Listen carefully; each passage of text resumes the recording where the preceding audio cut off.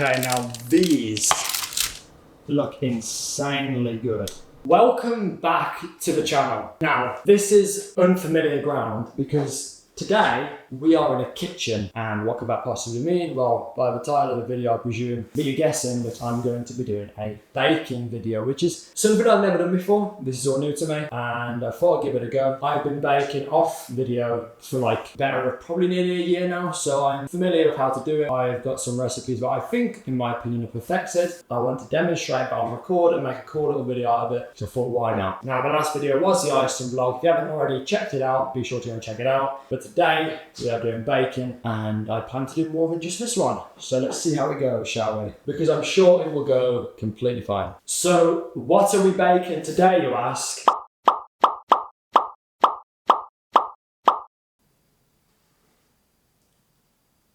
Cookies. Ladies and gentlemen, welcome to the hob. This is an electric hob. It's not even mine, by the way. It's my sister's. But regardless of the point, don't lean on the hob while it's on. But I'm sure you already know that. Anyway, the way I make the cookies is I tend to melt the butter in a specific way, which I'll show you how to do it. Genuinely, this makes the cookies a million times better. So if you want a user's guide, be sure to. I will also link the actual original recipe in the description from the person's TikTok who actually recommended this recipe, because this is not my original recipe. I've gone off someone else's, but I think it's definitely one that you should use if you're into baking. You're going to need to add some baking paper to a baking tray. Then you want to set the oven to 180 degrees Celsius, which in Fahrenheit I'm not sure, so I'm going to put the actual value for that on the screen now. The first thing you need is 115 grams of unsalted butter. I would genuinely recommend Stork butter because it is actually a very good brand to use. And there you go. Don't know if you realised that, but I perfectly measured 115 on the scale. That's crazy.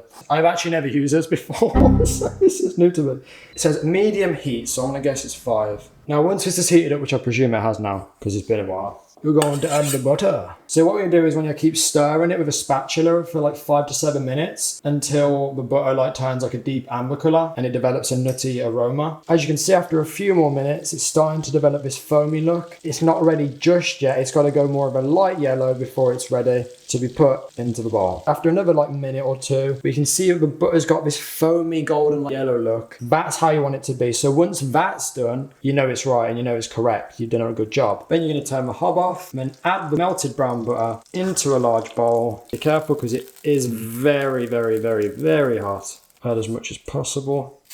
Then you're going to want to roughly add about 70 grams of granulated sugar along with 80 grams of light brown sugar, which should altogether make roughly around 150 grams when put together. Once you've done that, then add it to the bowl.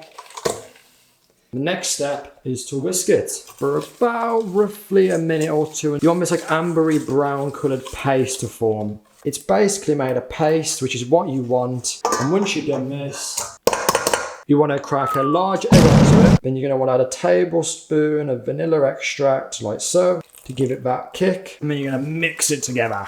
You're going to want to mix it for another couple minutes to give it more of that paste look. And then in a bowl, you want to add 160 grams of plain all-use flour, along with about half a teaspoon of baking soda, but in my case, I'm using baking powder. Then once that's done, you want to mix it all together in the bowl. Then you're going to want to add the flour, the baking soda, and the salt into the paste we've just made. You want to fold the ingredients in and add roughly 200 grams of chocolate chips or chocolate chunk, whichever you prefer. Once you've mixed all the mixture in, made more of a dough, then all the chocolate chips chunks are in. Using either one of the scoopers. If you own a scooper, I would definitely suggest using it. It makes it more efficient to be able to put the actual dough onto the baking tray. But if not, you can just form a ball of dough with your hands. I decided to use more of a smaller scooper today. Whether or not I can actually get all 9 on this tray and get them all to cook without, merging into each other is going to have to be a bit of a gamble, but it should hopefully be fine. I don't know. Let's find out. Of course, using oven gloves because, safety reasons and that. I then want to put the actual ball mixtures into the oven like so. Goodbye. Then you're going to want to set the oven's temperature to not that high. But you want to set it to 12 minutes to give them more of a golden brown look. May or may not be about to merge. Uh-oh.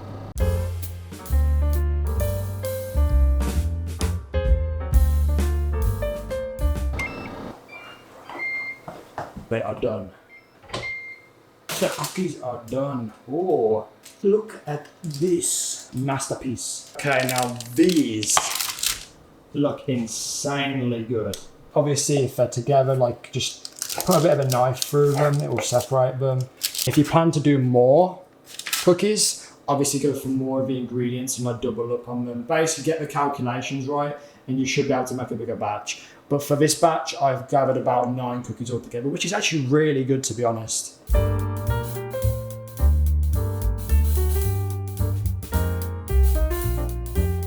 The only thing that's left to do now is to try one of these absolutely remarkable cookies. And I assure you, this might be the first baking video, but it won't be the last. Good sign. I'm gonna consume this motherfucker. The best time to have these cookies is when they're straight out of the oven. Chocolate just melts into your mouth and it's great. Honestly, it's great. Anyway, now we've absolutely consumed our delicious cookie. All that's left to say is thank you for watching this video, whether you made it to the end or not. I appreciate everyone who's watched it. And as I said just now, this is not going to be my last baking video. This is the first of many that are coming up. Expect these videos, not so frequently, but expect them to pop up every now and then, because I have some other plans for other videos coming up as well, alongside some vlogs, which I will go into more coming up. Because if I go into it now, I will be spoiling it, and a lot of this stuff hasn't been edited yet, so I can't actually guarantee whether it will come out or not. Thank you so much for watching. I hope you like and subscribe and enjoyed this baking video, and I'll see you all in the next one. Goodbye.